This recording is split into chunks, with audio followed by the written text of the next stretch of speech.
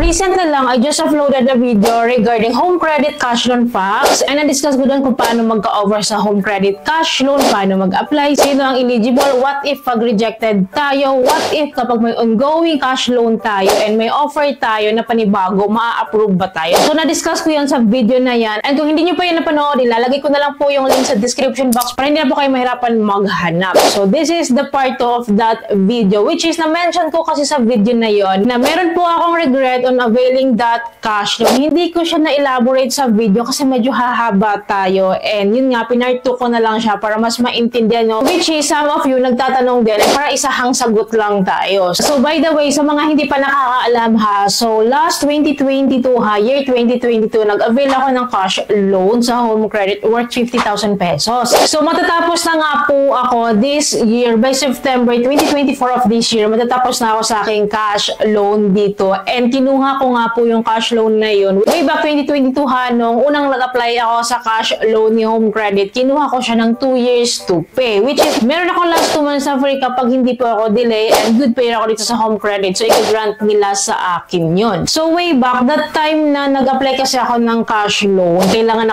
ko talaga yung pera. As in, gipit, alam niyo yung ganun. At wala pa akong kaalam-alam sa mga ganitong kalakaran dati, like mga loan apps or online apps. Wala pa akong alam nun. As in, etong si home credit talaga, ang pinakakauna-unahan kong cash loan na na-avail na ganitong halaga, 50,000 pesos. And incentive pa ako sa mga bagay-bagay nun. And that time kasi, na nangangailangan ako, hindi ko na iniisip kung magkano yung interest niya. So, ang iniisip ko nun, mabayaran ko yung monthly niya na kaya ko, yung afford ko lang talagang i-handle or afford ko lang bayaran. Kasi diba kapag long term kasing kinuha natin yung cash loan dito sa home credit, is magaan yung monthly. Yun naman talaga usually, kahit saan tayo uutang, pag mahaba yung payment terms, mas magaan yung monthly niya. Pero talaga yung interest, alam naman natin na hindi rin talaga maganda. Kasi mahaba nga siya, which is lulobo din talaga yung interest natin. So para may idea kayo sa cash loan ko ha. So ipapakita ko po sa inyo. So currently, nagbabayad pa din po ako dito sa home credit cash loan. So 19 months paid na po ako dito out of 24 months, which is qualified nga po ako sa last 2 months na free nga po. Kasi nga po, hindi po ako na-delay dito sa payment and good payer po ako. Ayan, makikita nyo dito. Nakalagay dito yung month 23 and month 24 is eligible daw for waiving nga. Kasi nga po, maganda po yung records ng payments ko dito. So 3 months na lang yung babayaran ko dito, which is yung month 20, 21, 22, which is by September matatapos ko na talagang bayaran to. So makikita nyo po dito, meron po akong monthly na 3,456 ha for 24 months kung hindi ko mawi-waive yung last 2 months. But of course, i-waive natin yan. And galingan natin sa pagbabayad pa, may last 3 months pa ako para ma-waive ko tong 2 buwan na to, which is possible naman yun. Kukomputin ko sa inyo ha para may idea kayo. So, ang monthly ko po is 3,456, diba? So, times natin sa let's say 22 months na lang kasi mawi-waive yung 2 buwan ko. So, 76,032 pesos. So, ima-minus natin to sa original na kinash loan ko sa kanila, which is 50,000 pesos. Ang kita po nila sa akin is 26,032 pesos. So, imagine, halagpas kalahati yung kinita nila sa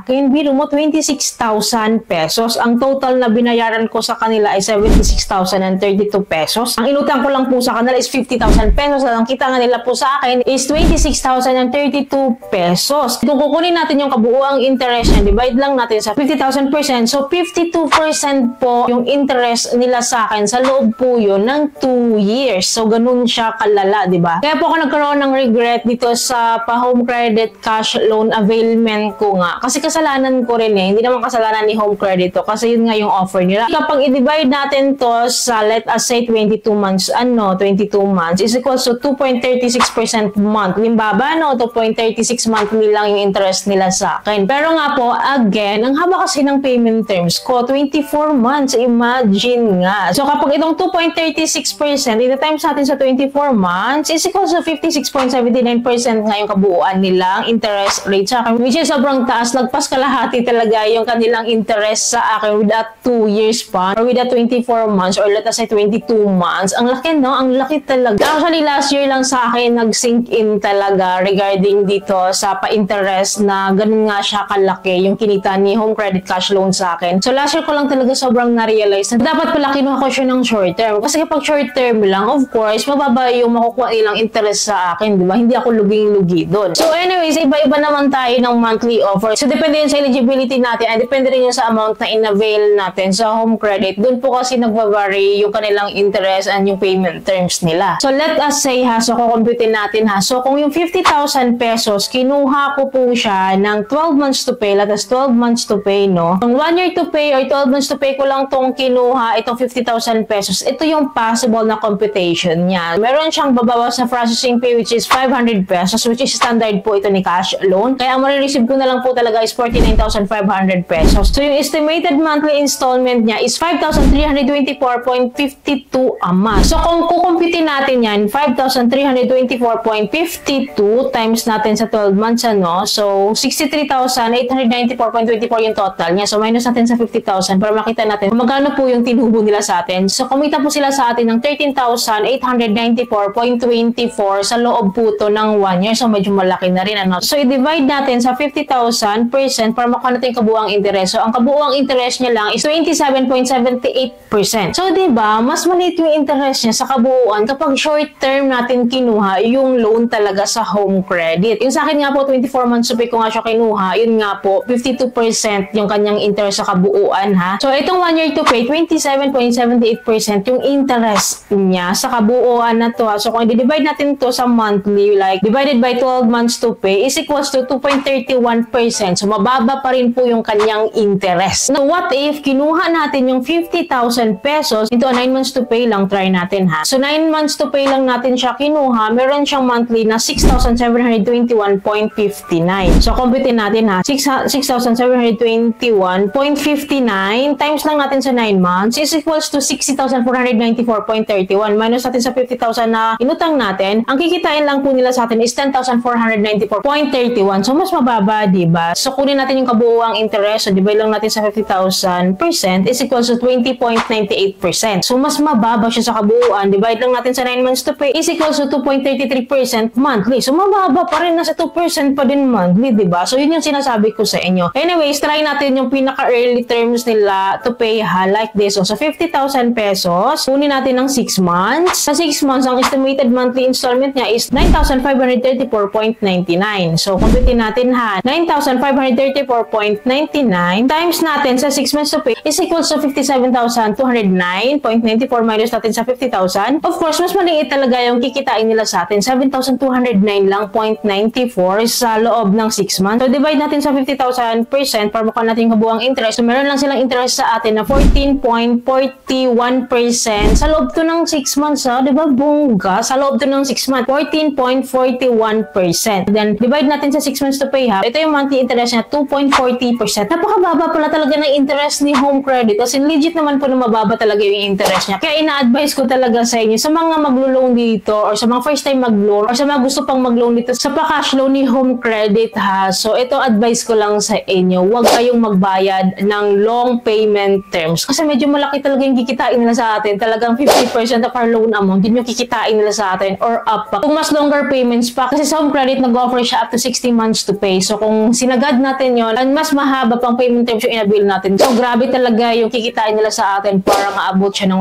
100%, mga ganun po. Kapag mas long term, so nakita niyo naman po yung computation na kapag pa-early siya, pa-early payment terms yung inabil natin is maliit po yung interest, maliit yung kita nila sa atin. Ang reasonable lang yung interest niya. So lilinawin ko lang, ha, hindi po ako nagsisisi, hindi po ako nagre-regret doon sa pa-cash loan na na-avail ko kay Home Credit. Ang pinagsisihan ko lang is yung payment choice ko, I mean yung payment terms choice ko. So ako kasi pumili ng payment terms na yon, and hindi ko po talaga na-consider na mas lolobo or mas malaki pala talaga yung interest nila sa atin kapag kinuha natin ng mas longer terms. Hindi ko yun na-consider yun kasi that time problemado talaga ako sa pera nun. At ginagrab ko talaga yung opportunity na yun na makautang talaga. So ang isip ko talaga nun, again, magaan yung monthly payments ko kasi as you have noticed naman kanina, no, kapag early payment terms like 6 months, 9 months, or 12 months, mas mabigat yung monthly niya kasi nga maiksi lang yung payment terms, eh. Pero kapag kasi mahaba ang payment terms, magaan lang yung monthly natin kasi mahaba siya, nahati-hati na siya, na-divide na siya sa monthly payment, sa monthly installment terms natin. So ganun siya. Mabigat nga lang talaga kapag early or short term natin kinuha. But yun kasi ideally ang pinaka-practical para hindi tayo luging-lugi naman sa interest or sa kinikita nila sa atin. Kasi may kita pa rin naman doon. Kaya lang naging practical lang tayo. Pero kasi iba-iba naman tayo ng mindset. That time kasi na nag-avail nga ako, again, wala akong alam noon. Ang thinking ko that time, ito lang kasi ang kaya kong bayaran monthly, eh. Ito lang yung malalaan kong monthly. Ito lang talaga yung kaya ko, diba? Yun yung thinking thinking ko noon dati. Pero nung medyo nakalog-log na ako, na-realize ko na, ay, dapat pala, kinuha ko lang siya nung ganun, hindi ko na na-consider. But anyways, matatapos na rin naman ako sa aking pa-cash loan. And by the next time na matapos ng cash loan ko and may offer sila sa akin, and if time comes na ma-avail natin yung cash loan, pipiliin ko talaga yung pinaka-short term. I-share ko po yan sa inyo,